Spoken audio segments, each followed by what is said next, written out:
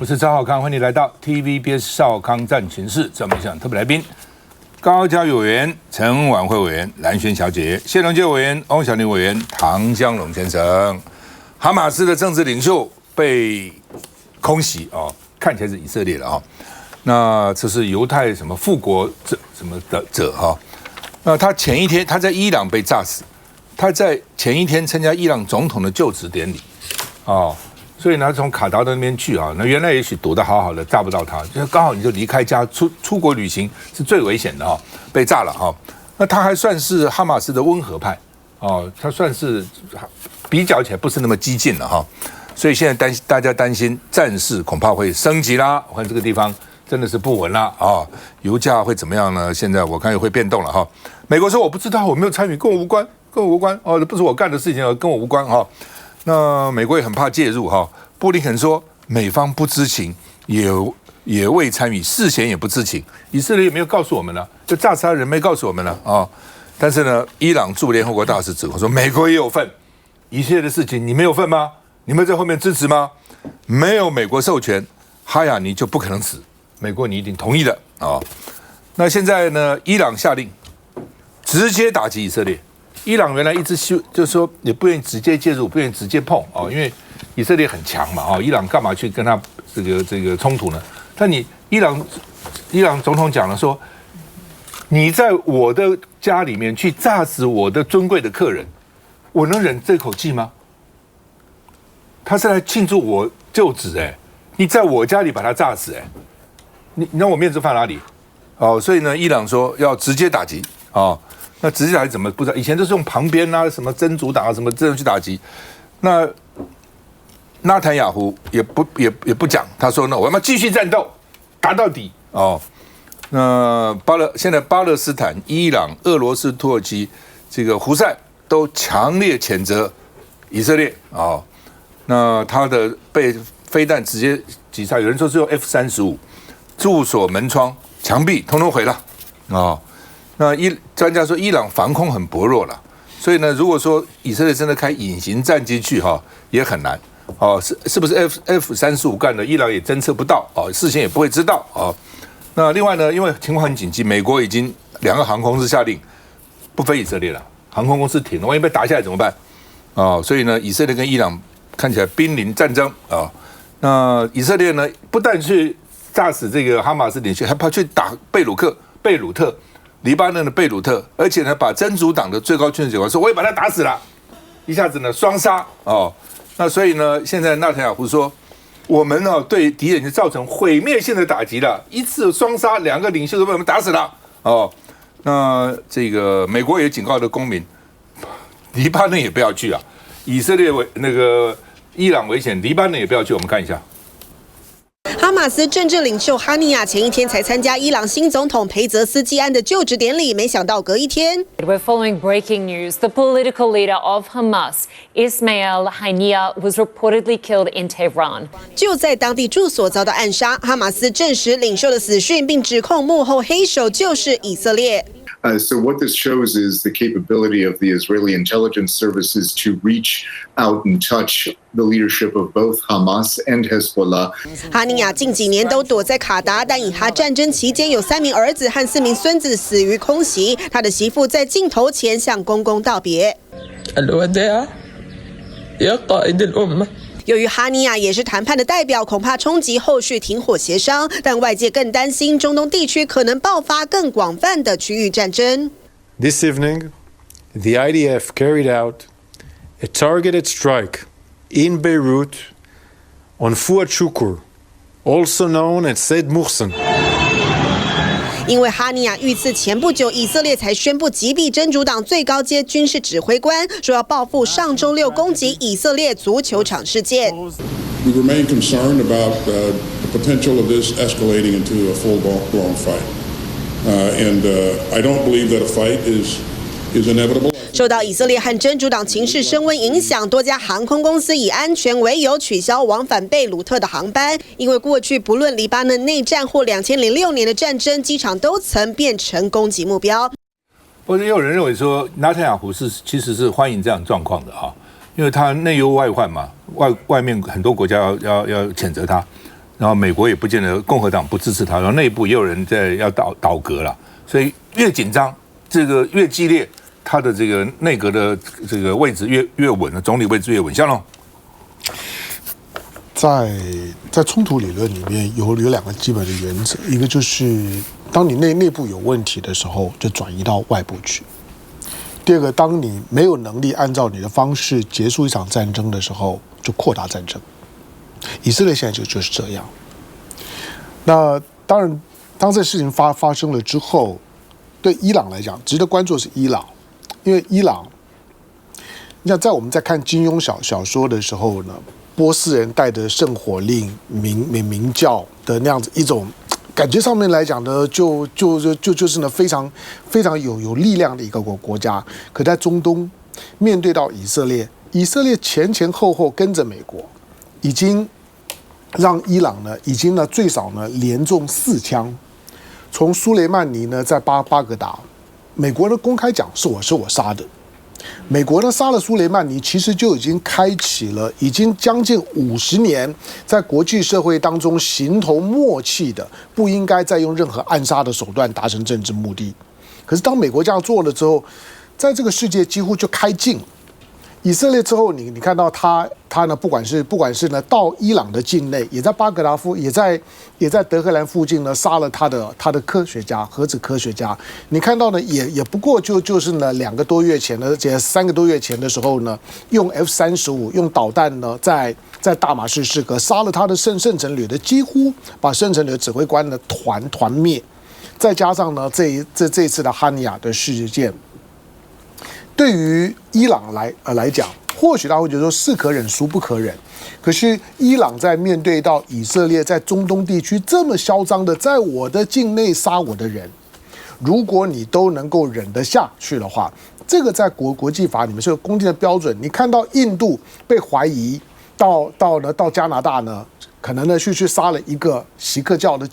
一个教士，你看到呢加拿大的反应，你看到美国的反应。好像呢，这是呢大逆不道的事情。你想想看，当年刘宜良江南的案子，你看看美国会放过国民党，会放过蒋经国吗？可是今天伊朗在面对到以色列在几乎在中东地区如入无人之境，予取予求，伊朗所表现出来的脆弱，伊朗在面对以色列除了出一张嘴之外呢，几乎呢无所作为，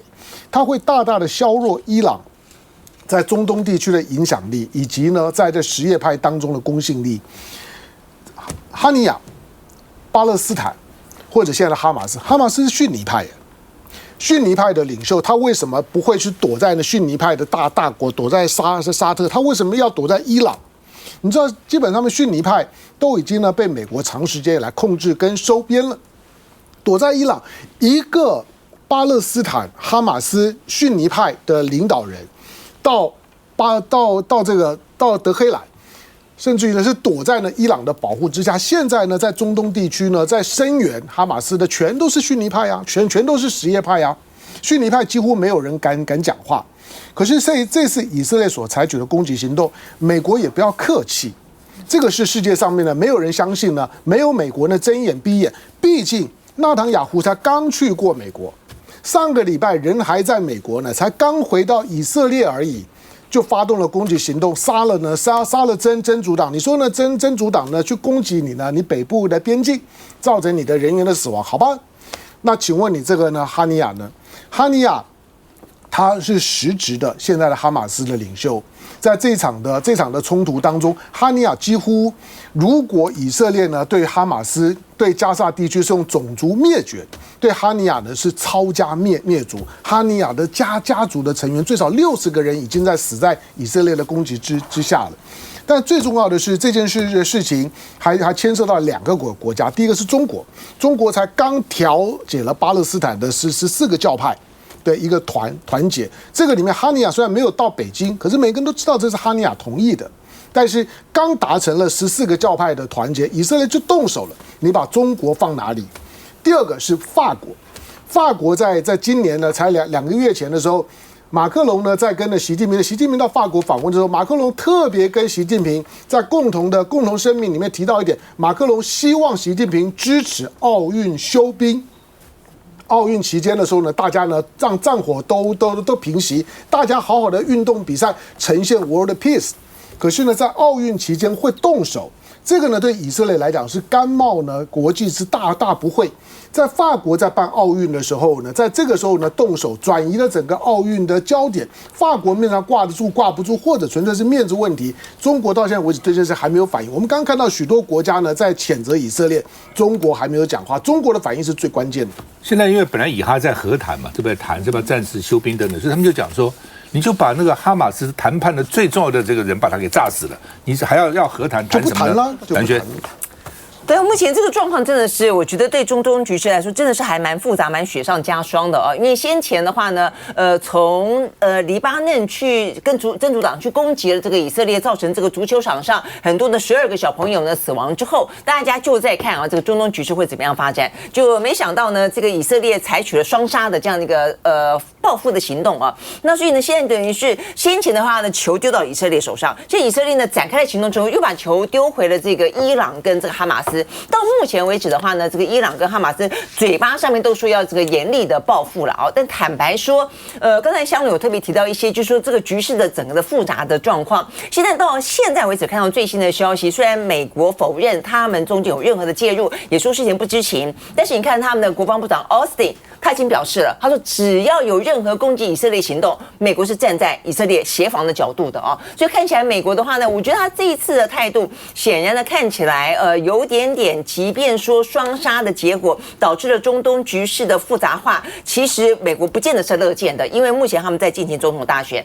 但是的话，他们跟以色列之间的关系，从奥斯汀的说法里面看起来，似乎还是会挺到底。所以挺到底的话呢，会不会让伊朗方面在这一次嘴巴说要严厉的报复，然后事实上行动上面的采取会不会稍微的有所转圜？我觉得这部分是可以去观察一段时间的。为什么呢？因为在上次的话呢，以色列在叙利亚就是攻击了伊朗的驻叙利亚的使馆的时候，其实坦白讲，伊朗也是强力说要报复。但他报复之后呢，就打了300枚的飞弹，看起来哇规模很盛大，但是呢有点像烟火秀，我觉得没有真正造成以色列的实质上面的一些伤亡，所以呢等于是形式上面达到了一个报复的行为，实质上面呢并没有扩大中东的战事。那这一次会不会那么简单？会不会那么幸运？我觉得这部分的话呢，要进一步去观察，因为目前的局势看起来是确实很复杂。对伊朗来说的话呢，如果说他这一次吞忍了下来，跟上次一样，坦白讲，确实，我觉得伊朗在这个中东地区你是不是还有任何的立足之地？你的颜面也好，国家的尊严也好，如何的维持下去？那尤其是目前看起来，这个哈尼亚基本上如果他不离开卡达的话，坦白说。以色列大概也不见得会打他，也不见得手到他，或者他至少承诺卡达他不会去动手。那所以呢，但是问题你一出了这个卡达，一到了伊朗，马上就是歼灭了，就是狙击了。所以我对伊朗来说，我觉得这个部分的话呢，就是相当程度的一个政治上面的考验。对于伊朗来说，我觉得他可能要考虑到的是一个中东的局势之外，还有一个美国对他的制裁。因为美国现在伊朗的整个的经济状况事实上是蛮糟的，所以呢，新的总统上来之后，其实是不是这个美国对他的制裁是有可能宽待，有可能通过核协议的方式重新给他一点喘息的空间。这部分本来美国跟伊朗是有在商讨当中的，但是如果说这次伊朗用一个非常强烈的报复行为的话，会不会因此而导致了美国对他的制裁继续的加重下去？所以我觉得这部分就显示出来整个中东局势的非常的复杂的部分了啊。那包括那个中国跟俄罗斯，事实上中国的态度今天有谴责有出来谴责，并不是完全没有任何的声音的，他是出来谴责以色列的，只是谴责是一回事。那但是会不会实质采取行动？因为我觉得在中东地区的话呢，近的看是阿拉伯世界国家跟以色列之间的关系，再拉远点看是中国跟美国，或者说呢美方、西方以及中俄在那个地方的一个利益的争夺。所以这部分它的等于是牵一发动全身。所以目前看起来所有的人都非常的紧张，所以呢很多飞机也不飞，然后呢很多航运指数都不断的飙高，风险往上飙。但是会不会是一个斗而不破的一个紧张状态？我觉得要看这1-2天当中的局势分析。但是我们可以去预知的是，任何一方的如果有任何的行动，事实上全球我相信他的要付出的代价都会非常的惨烈。不过基本上这样的哈，如果你去过以色列，你就知道哈，中东旁边那些国家就好像是一个狮子，旁边围了一群猎狗，周边那些伊斯兰国家还没有猎狗那么凶，之间还有矛盾，你跟我之间，我跟你之间还有矛盾，他们除非真的整个团结起来，哦，否则的话打不了以色列的。你不要说别的，我知道从约旦到以色列，你就约旦还算是进步啊，我跟美国关系还不错，那你就两边的差异，你就很难想象啊。你到了以色列那边看到绿油油的沙漠，那么贫瘠的土地，农作物绿油油的，他们连灌溉那个水一滴一滴都仔细算。你回过头一过了边界到约旦这边，每个植物都要死了一样，垂头丧气的。我想说，差太远了。就以色列的他人虽然不多，几百万人，但是他每个的精锐，每个人的意志力之强，拿了那么多诺贝尔奖金哦，才那么几十年的时间建国到现在，这样的国家虽然小，但是很强。旁边那些中东国家，简直是不堪一击啦。所以之前的什么7日战争啊，什么这都打不过嘛。所以你们这些国家，除非团结起来，否则的话而且以色列后面还有美国，还有最新的武器哦。所以在这种情况之下很多时候真的是嘴巴讲归嘴巴讲，一战争打起来就知道强弱立判了。休息一下再回来。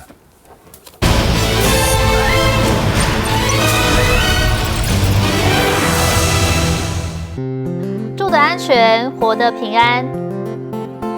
一人一点力，爱就大无限。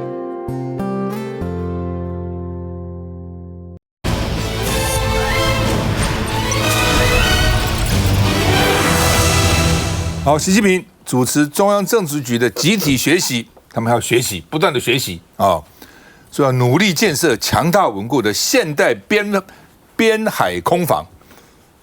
边境海防空防，通通要这个加强稳固因为他现在建军97周年，所以呢，他的国防部长叫董军，这个爸爸知道他将来要当军人，生下就叫董军，时刻准备粉碎一切的分裂行径那另外呢，他又播了，今年5月不是曾经播过吗？70秒3D 动画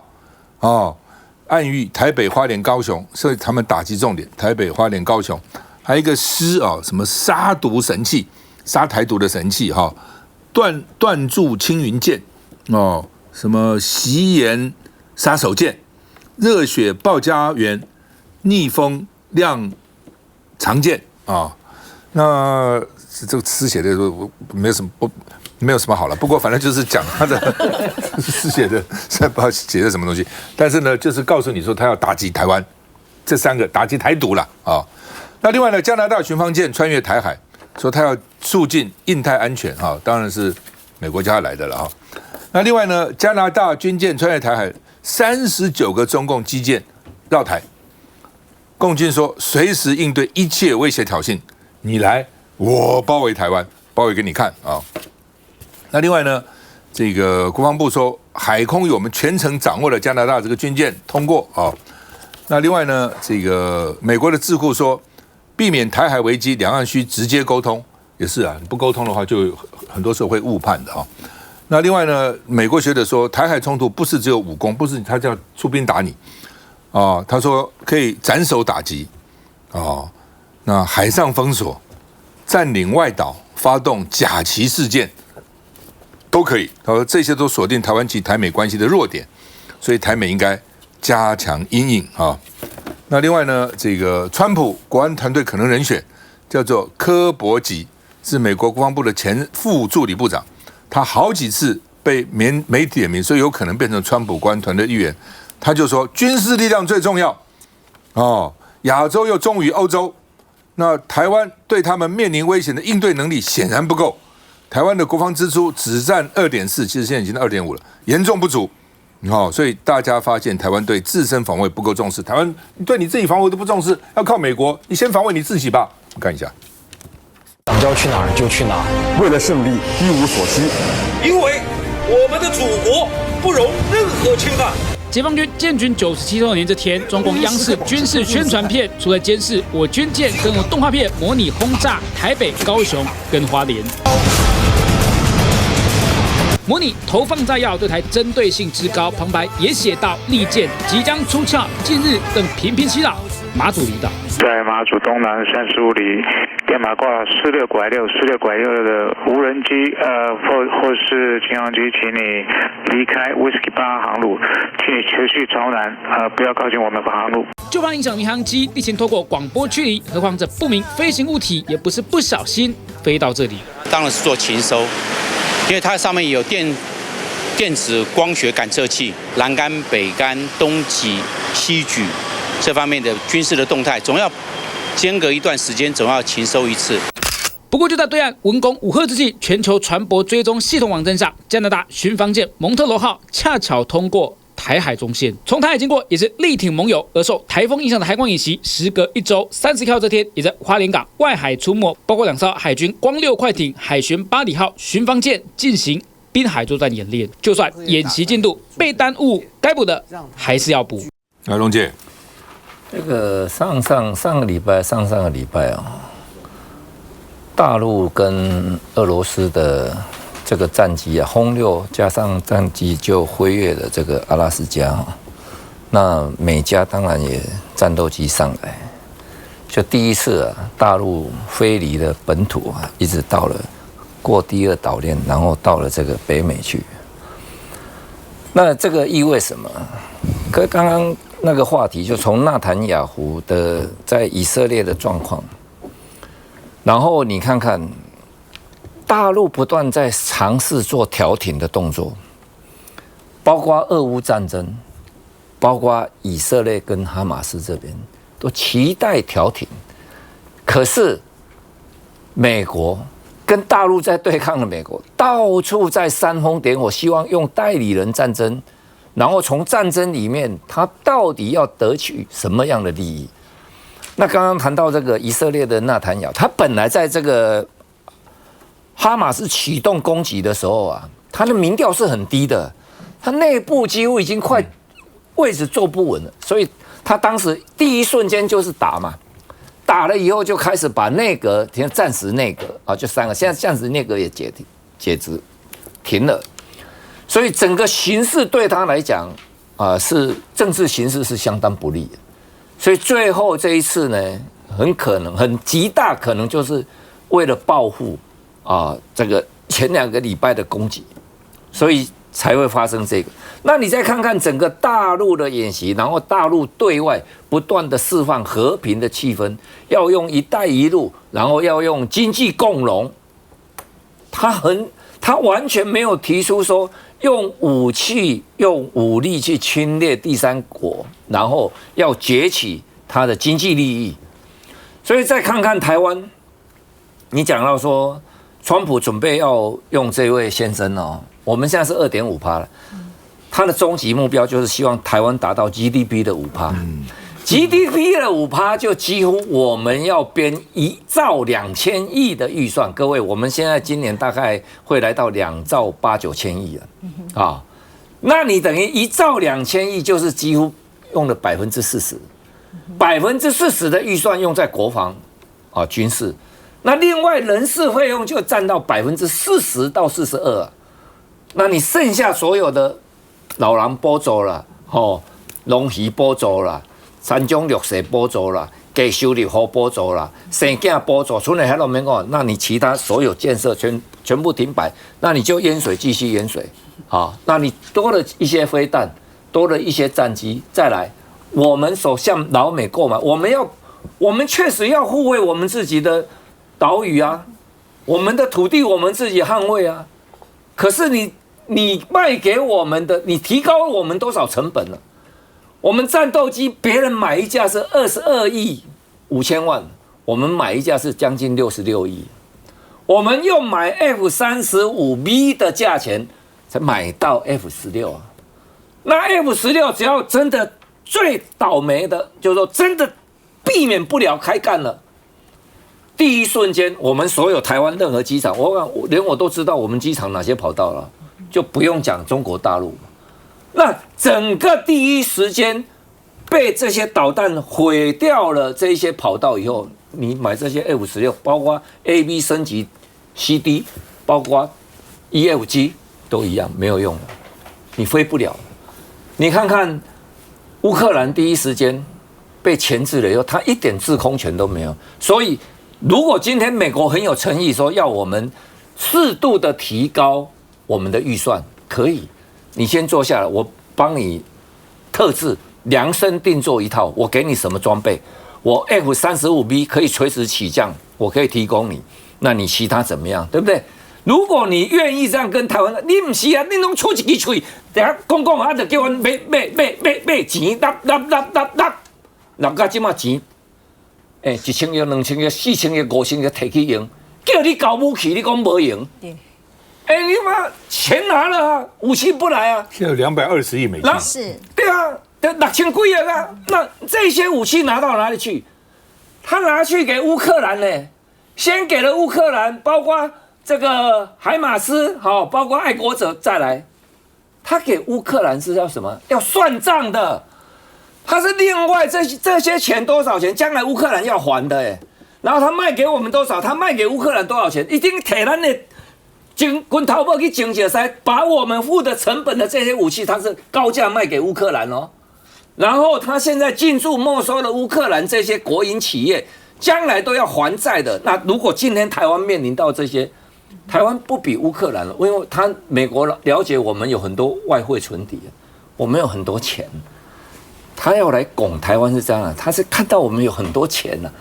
因为搞乌克兰他已经得到很多经验了，这个要先垫款，台湾不用，他不用垫款了，我们有的是钱啊，武器不断的运过来，那我们就不断的把钱送过去，那最后台湾人的准破害扯对，那为什么不能求和平呢？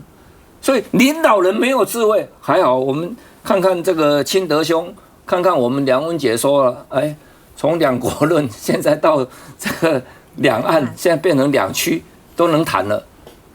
用一点智慧嘛，台湾其实可以避战的。休息再回来。